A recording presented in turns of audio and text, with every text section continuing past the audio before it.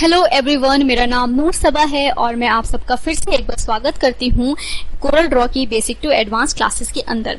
तो आज की जो वीडियो होने वाली है वो काफी इंपॉर्टेंट होने वाली है, क्योंकि आज की वीडियो में कुछ आपको बेसिक सेटिंग्स के बारे में बताऊंगी। बहुत सारे स्टूडेंट्स ऐसे होते हैं जब कोरल ड्रॉ पे स्टार्टिंग में वर्क करना शुरू करते हैं ना, तो उनको काफी सारी दिक्कत आ रही होती है कि अरे मेरी गाइड्स कैसे आएंगी, या फिर मेरी ग्रिड्स नहीं दिख रही हैं, या फिर मैं अपनी गाइड्स को अनहाइड कैसे करूं। ठीक है, तो उन सब चीजों के उनसे रिलेटेड आज हम थोड़ी सी बात करेंगे।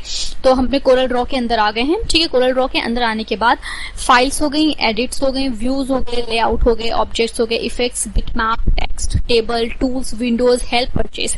ये सारे ऐसे ऑप्शंस हैं कि इनके बारे में मैं आपको नहीं बताऊंगी। ठीक है, क्योंकि स्टार्टिंग की फर्स्ट वीडियो में मैंने आपको इनका ओवरव्यू दिया था, और अब ये आपका होमवर्क है कि आप हर एक चीज के बारे में स्टडी करें और चीजों को अंडरस्टैंड करें।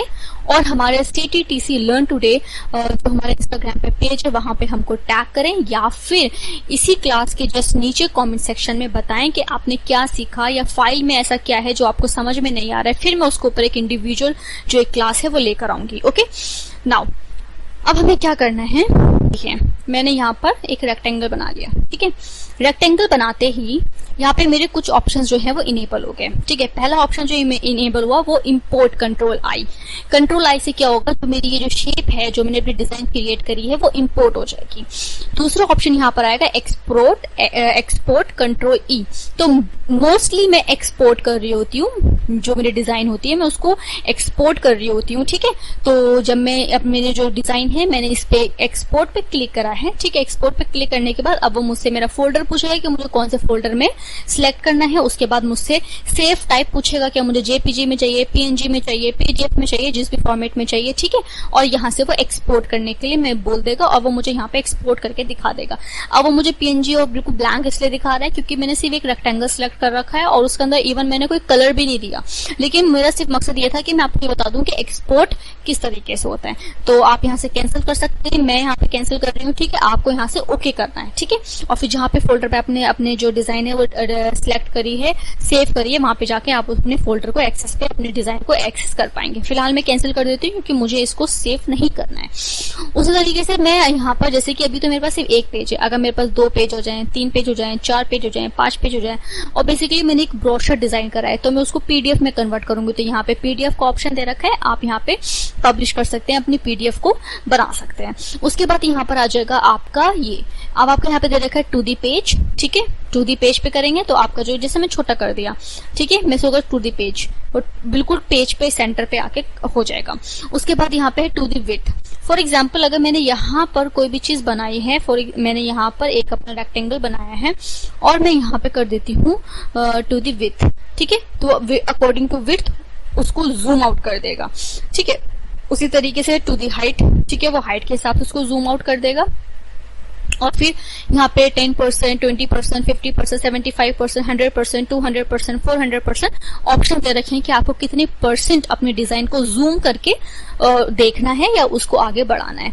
ओके, नाउ ये जो एक ऑप्शन है वो एक ऐसा ऑप्शन है कि जो आपके कोरल ड्रॉ को है वो फुल स्क्रीन में कन्वर्ट कर देगा। मैं इस पे क्लिक कर देती हूँ, मेरा जो कोरल ड्रॉ है फुल स्क्रीन पे आ जाएगा। अब इसको वापस करने के लिए आपको कुछ नहीं करना, कीबोर्ड पे से आप कोई भी की को प्रेस कर दीजिए। मैंने H को प्रेस किया था और मेरा जो कोरल ड्रॉ था वो फुल स्क्रीन से एस्केप हो गया।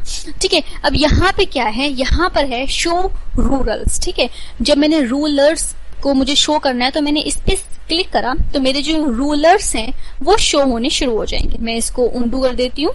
ठीक है, अब मैं यहाँ पर आ जाती हूँ शो ग्रिड्स। तो जब मैं इस पे क्लिक करूंगी तो मेरे यहाँ पे ग्रिड्स दिखनी शुरू हो जाएंगी। ठीक है, मैं इसको दोबारा से डिसलेक्ट कर देती हूँ। अब यहाँ पर आपको दे रखा है शो गाइडलाइंस। ठीक है, तो मैं इस पे जब इसको मैं सिलेक्ट करके रखूंगी तो यहाँ पर मेरी गाइडलाइन आ गई है जो मुझे शो कर रही है। ठीक है, फॉर एग्जाम्पल मैंने इसको यहाँ पे बनाया। अब मैंने इसको ना थोड़ा सा मैं छोटा कर लेती हूँ, इतना मैंने छोटा कर लिया और मैं इसको यहाँ पे, अब जब मैं इसकी कॉपी क्रिएट कर रही हूँ तो ये मुझे 3 जगहों पे गाइडलाइन दिखा रहा है कि हाँ ये टॉप से भी इक्वल है, ये सेंटर से भी इक्वल है और ये बॉटम से भी इक्वल है। अब मैं इस माउस से अपनी राइट की को प्रेस कर दूंगी और इसकी जो कॉपी है वो बनके तैयार हो जाएगी। ठीक है, मैं इसको टू दी पेज कर देती हूँ और जो गाइडलाइंस है उनको भी अनहाइड कर देती हूँ। ठीक है, अब यहाँ पर आ जाएगा स्नैप टू। ठीक है, अभी यहाँ पे स्नैप टू का यहाँ पे पिक्सल्स जो है वो सिलेक्ट है, ऑब्जेक्ट सिलेक्ट है और पेजेस सिलेक्ट है। बाकी आप चाहे document grids, baseline grids, guidelines इन सबको भी सिलेक्ट कर सकते हैं। यहाँ पे कुछ सेटिंग्स के ऑप्शंस हैं।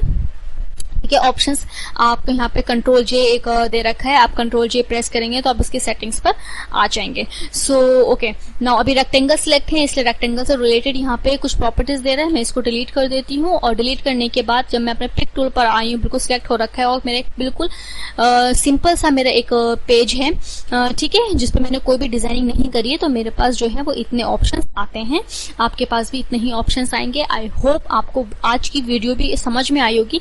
मैं छोटी छोटी क्लासेस को इसलिए बना रही हूँ ताकि आप लोग को चीजें आसानी से समझ में आ जाए ना हो। ठीक है, सो आई होप आप लोग को आज की वीडियो भी बहुत अच्छी लगी होगी, इंटरेस्टिंग लगी होगी, इन्फॉर्मेटिव लगी होगी। तो आपको अच्छी लगी है, इंटरेस्टिंग लगी है, इन्फॉर्मेटिव लगी है, so don't forget to subscribe our channel and share this class with your friends, and thank you so much for the watching.